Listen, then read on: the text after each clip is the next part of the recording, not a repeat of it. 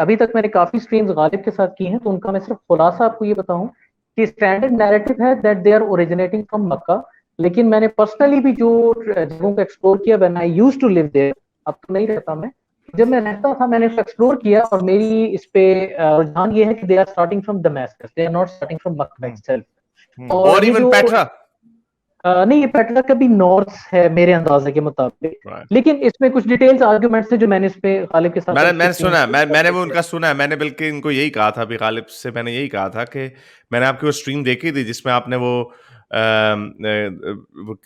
किबले का पूरा बताया कि उसकी 186 डिग्रीज आप बता रहे थे, आपने पूरे उसकी डिग्रीज, और जब जी, वो आपने वो मैंने पूरा कैलकुलेट दिखाया, की थी। हाँ वो आपने कैलकुलेट की पूरा, थी मैंने। जी वो आपने पूरा कैलकुलेट करके जो बताया, आपने भी एक छोटा सा मिनी डैन गिब्सन फार्मूला खुद नहीं छोड़ दिया। And I was looking at it and I am like, well, how can you counter any of this? So you know, or आप सीरिया को, आप are you saying about Damascus or some point in Syria? इब्न मरियम Damascus की बात करते Okay, हैं। आप दमास्कस की बात कर रहे सीरिया, हैं, तो दमास्कस, yes, दमास्कस so जहां पर दमास्कस जो है पहला इस्लाम का इम्पोर्टेंट सिटी हमें नजर आ रहा है, इस बात में तो कोई शक नहीं है। क्योंकि आप आपको देखिए कि जब खुदाओं की सारी सिफात को इकट्ठा करना शुरू किया है, तो वहां पर जो टेम्पल ऑफ जुपिटर है, ये जहां पर आज बनु उमैया ने मॉस्क भी बनाई है, तो पूरी कुरान की एक सूरत जो है वो उतरती है, और उसमें जितनी भी आपके गॉड ऑफ जुपिटर है उसकी खसूसियात के ऊपर पूरी एक सूरत नाजिल हो जाती है। युसब्बिहुर्राअदु बिहम्दिही वस्समाई, कि भाई I am the god of the thunders and the skies. तो पूरी एक सूरत उतरती है इसके ऊपर कि I am the god of the thunders, और वो सूरत रात कहलाती, रात कहते हैं थंडर बोल्ट्स को। तो ये तो सारी एग्जैक्टली वही जो गॉड ऑफ जुपिटर है उसकी खसूसियात को यूनाइट किया गया है अल्लाह की अम्ब्रेला के अंदर। तो वो आप चैप्टर पढ़िए, आप उसको, हाँ आप उसको एंजॉय करेंगे। तो दूसरी चीज ये है कि स्टैंडर्ड नैरेटिव ये कहता है कि नॉर्थ से प्रेजेंट डे मक्का की तरफ किबला जो शिफ्ट हुआ है, दैट हैपेंड इन 622 एडी। ये एक स्टैंडर्ड नैरेटिव है। मेरा पॉइंट ऑफ व्यू ये है कि ये जो किबला तब्दील हुआ है नॉर्थ से प्रेजेंट डे मक्का की तरफ, ये रसूल अल्लाह की वफात के भी तकरीबन 80 से 90 साल के बाद हुआ, उनकी जिंदगी में बनु नहीं उमैया हुआ। के जमाने में। ये भी ये क्रिटिक्स का स्टैंडर्ड नैरेटिव है कि it nearly changed in the Banu Umayya time, nearly 70-80 years after Muhammad's death. उस वक्त चेंजेस मेजॉरिटी होनी शुरू हो गई थी, और उसके शवाहिद आपको जमीन पर मिल जाते हैं। अच्छा, ये मैं बता दूं कि ये दावा सर्कल्स में जितने भी, चाहे वो इंग्लिश बोलने वाले भी हैं कहीं हमारे, उधर ये आपकी वीडियोस पहुंच रही हैं, आपकी वीडियोस पहुंच रही हैं, और आपके ऊपर खाम खा के कुछ ऐसे वैसे इल्जामात लगाए जा रहे हैं जो कि मतलब जो दुरुस्त नहीं है। आप नेक्स्ट लेवल, आप नेक्स्ट लेवल मतलब है कि ये जो दावा गाइस हैं ये आपसे इरिटेट हो रहे हैं बड़े सख्त किस्म के इस टाइम। और मुझ पे क्या इल्जाम लगाया गया सर, जान सकता हूँ? सर वही वो कहते हैं जी ये कोई क्रिश्चियन बंदा है। इतनी अच्छी अरबिक आती है, उर्दू आती है, एक इल्जाम इनको रह जाता है जो इनको टफ टाइम। उसकी खैर है, लेकिन जो आपके जो थर्ली एंगेज जो बातें हैं, I think these are very very interesting. और मेरा ख्याल आपने कहा था कि गालिब कह रहे थे कि नहीं, आपकी अपनी एक स्ट्रीम में आप कह रहे थे कि सम ऑफ दीज पॉइंट्स के आपको हैरत ये है कि जो क्रिश्चियन अपॉलजिस्ट जो हैं उन्होंने भी इस चीज को पिकअप नहीं किया।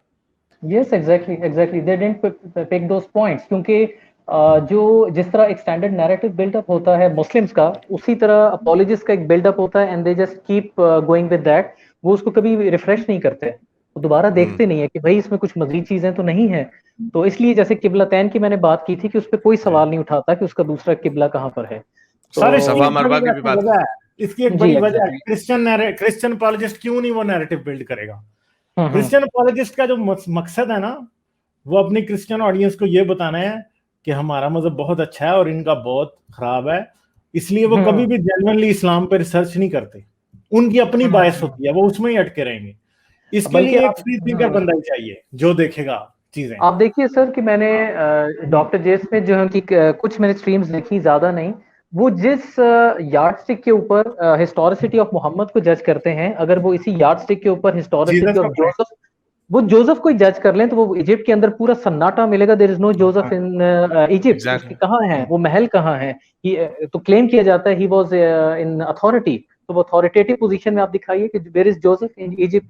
तो उसी क्राइटेरिया के ऊपर आपके जो प्रॉफिट यूसुफ हैं वो भी फिर हिस्ट्री में कहीं नजर नहीं आते। सिर्फ ये फिर मसला प्रॉफिट मोहम्मद का नहीं रहता, लेकिन वो कभी वो हमेशा बायस बात करेंगे because they want to promote Christianity over Islam, तो अगर कुछ शख्स सब चीजों से अनबायस्ड होके कहे कि यार जो चीज सच है मैं उसको मान लेता हूँ, तो वो एक मुख्तलिफ नतीजे पर पहुंचता है। क्योंकि जे स्मिथ वगैरह ये अल्फादी और जे स्मिथ ये जो भी बात कहते हैं, we have to take it with a pinch of salt. मैं तो देखता ही नहीं, सारी बातें खुद कंफर्म करनी पड़ेंगी तब आप। I don't even watch them, और इसलिए उसकी वजह ये है कि जो आपने बिल वार्नर से भी बात की, I don't feel like taking any interest, क्योंकि वो बात आप सही कह रहे हैं, उनका बायस है। मुझे जो मेरे हलक के नीचे से बात नहीं उतरती वो ये है कि हजरत मोहम्मद के उड़न घोड़े या उनका मिरेकल्स का मजाक उड़ाना, for them why can't they apply the same thing on Jesus, और जितने भी जो रेड पार्टिंग द रेड सी वगैरह, why can't they do that? तो उनका इसलिए बड़े मखसूस एंगल से आते हैं। वो रसूल अल्लाह की अपनी जो पर्सनल लाइफ में जो उनकी प्रॉब्लम्स जो रही हैं, जो उनकी डिंग डोंग की वगैरह की जो भी प्रॉब्लम्स रही हैं, उसके अलावा जो सरतन से जुदा हुए उनको पर्टिकुलरली पकड़ते हैं क्रिश्चियंस, क्योंकि जीसस की लाइफ में ऐसा इस तरह का चीज नहीं है। लेकिन जो आप जैसा आपने बताया जोसेफ डेविड और ये जितने पहले के लोग थे उनको डिसोन नहीं कर सकते, और ये मैलाकाइट वगैरह के जितने भी हैं, लिविटिकस और ड्यूटरोनोमी के अंदर जो इतने वायलेंट पैसेजेस हैं, वो उसको नहीं डिसोन कर सकते, तो इसलिए वो नहीं करते, इसलिए they are not interesting to me. इसलिए क्रिश्चियन प्रिंस ये लोग छलांगे मारते रहते हैं। हाँ, क्रिश्चियन प्रिंस मतलब कितना पुराना हो गया, 20 साल से एक ही बातें कर रहा है, क्या उसने क्या नई कोई बात की है उसने अभी तक? मतलब वो भी बिल्कुल उसके जो है ना वो इरिटेटिंग से आर्गुमेंट है, वो कभी भी चीजों को हाँ वो मैंने एक आध दफा सुना, फिर मैंने कहा नहीं उनका मिजाज जो है वो आर्गुमेंट के तौर पे मुझसे इतना ज्यादा मैच नहीं होता। So for that sneakers corner पे सिर्फ मेल है, उनके साथ मेरी लाइफ पे कभी कभी गुफ्तगू होती है, तो वो किसी हद तक मतलब एक चलो हिस्टोरिसिटी पे बात करते हैं, कुछ सीखने को मिल जाता है। But for other apologist I would say कि नहीं, वो जिस एंगल से आते हैं उसी एंगल पे वो खुद भी मतलब बिल्कुल इनवैलिड हो जाता है उनका अपना आर्गुमेंट भी।